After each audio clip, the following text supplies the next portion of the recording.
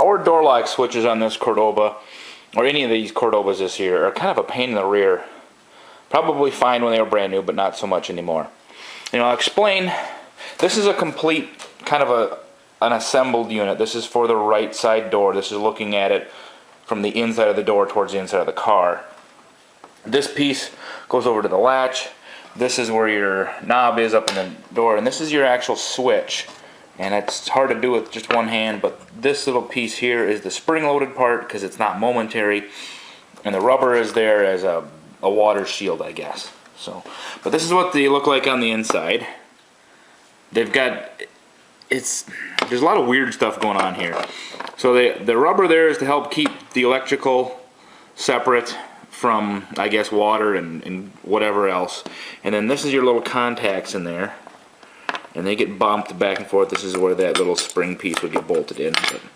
But this is typical. They usually break, and they don't work right because you've got that rubber in there, and then this is clipped into it. So as soon as that gets a little bit loose, that rubber wears.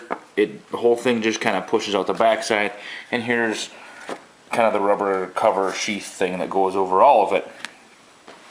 So, and this, obviously, that goes right there. This hole is where the rod goes up. I've got two switches from Napa here. This one, the TG7060, would be perfect if this was facing the other direction. And these are momentary switches already, so they don't need that spring thing on there. I might put them in there anyway just because. It's just a, I can line this up. It's just a tad bit shorter overall. So you'd have to move the door lock knob a little farther to get the same thing to happen potentially. And this guy, this is a TG7010, also momentary, a lot longer switch, but I don't know how I'm necessarily going to get the rod to hook on. Whereas this one, I could just probably drill a hole in and have to modify the door lock rod that comes down from the knob. Rather than go through like this, I would probably just maybe cut that off, thread that, put a nut and bolt, or put a bolt or nut, if I can talk here, put a nut on either side, so it's basically going through like that. I'm not sure yet. I got to figure this out, kind of come up with a good plan. The switches aren't terribly expensive, so if I wreck one in the process, such is life, but I don't think I'm going to. And the worst of it is, drilling a hole into here, because I'm sure this is just some sort of pot metal, that potentially weakens it. I don't know. Whereas this, if I came up with some way to attach to the side, I don't know yet. So, I'll let you know. Okay, I think I have a plan. This is the switch with the longer lever on, the TG7010. This is, I bent that a little bit. My initial thought was I was hoping to maybe bend it in a complete loop so I could just slip it over the end, and that just wasn't working. It wasn't big enough. So what I'm going to do, I've got a washer just here just to mock it up for now. I'm going to weld the washer to this rod, and that way I've got the ability to pull and push on the lever both directions. So I got to go get some right washers. This is the stainless steel one. That's not going to weld very well on there. So I'm hoping that works. A couple other things I need to find. I figured out what the wires in the kick panel on the passenger side are for. That's where the power door lock relay is. That was missing because they had problems with the door locks in this thing before I got it, and they had taken that out. They actually crawled up underneath the dash somewhere, clipped one of the wires. They went through a lot of work they could have just pulled the relay out and it would have been fine. And then they changed the driver's side because some of these power door locks, like this one, is actually connected to the latch itself. Some of them don't have that. They just have this bracket. So then you hold the switch with the rod coming down from, through the door panel, and then the door locks themselves are actuated electrically or with the key on the outside. And maybe that's the way that one was set up, because then they changed all of this over to the non-power door lock style, which is a completely different set of linkage. So there's that. Hopefully I can get it all put together. I don't think I'm going to need these guys, you know, to help with the spring-loaded, because these are spring-loaded switches. I should be able to maybe put that thing on to help keep some of the moisture away, because I'll have to build a little bit of an adapter, you know, wiring harness there, which is no big deal. Just 3 wires and a couple fittings, not fittings, but clips. So that'll be pretty simple, I think. It's just a matter of finding that relay and getting the right pieces, weld it all together, and give it a try and see what happens. Okay, got my power door locks to work here, and this was so incredibly frustrating, and I'll explain more as we go along. So this is the wiring harness diagram of it. Really simple. I mean, you've got switch, an actuator, switch and an actuator on this side. Here's a relay in the middle, and your power feed into it. Simple. It's a really basic electrical circuit, and it's kind of independent because not everything had power door locks, so this whole harness a little bit wasn't tied into a lot of other stuff. So, but what happened is I couldn't get anything to work. I had power at the switch, I had power at the other switch, I could jump from the switch to the actuator right in the door, nothing would work. Just a tiny little spark.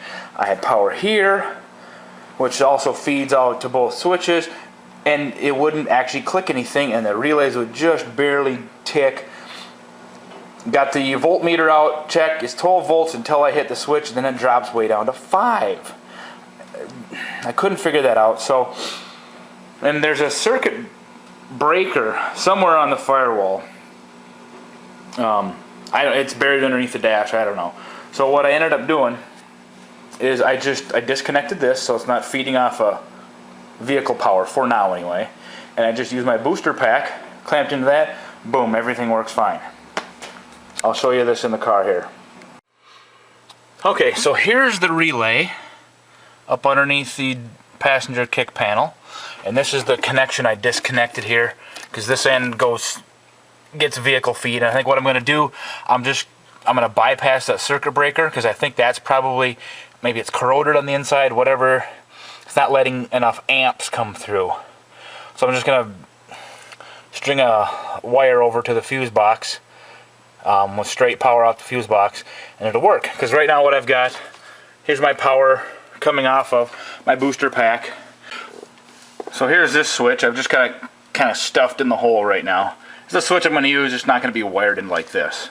So, but now you can hear it go. There's that side, and it works. Physically, it works. So that's good. So now I just put all that stuff, all those wires back in the little cubby hole. Put it all back together. Well, once I get the other wire strung across the dash, and one less thing, or one more thing checked off the list of stuff to do. So while I was putting in, or starting to string in that extra power wire, I found the relay for the power door locks. It's stuffed right up against, it's actually clipped into the bulkhead connection, and I figured out what's wrong with it. I don't know if you can hear that, but there's something loose in there, which obviously is a problem. So we're just going to put a different one in, this little 15 amp circuit breaker. Got it from Napa. That's the right angle. These are straights, no problem. A couple wire ends and that'll have that problem fixed. This was a used relay I found in my pile. And this too, I don't know if you can hear it. You can kind of hear it maybe. That has a rattle in it too, so I think that was no good. I had replaced it already with a new one anyway, but okay, one more step on the power door lock saga. So this is the original one.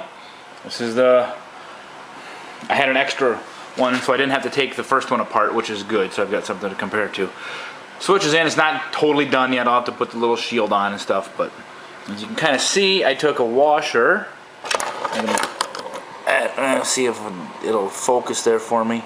And I welded it up to there. Had to trim it nice and thin so the switch will actually click before it bottoms out in this other piece.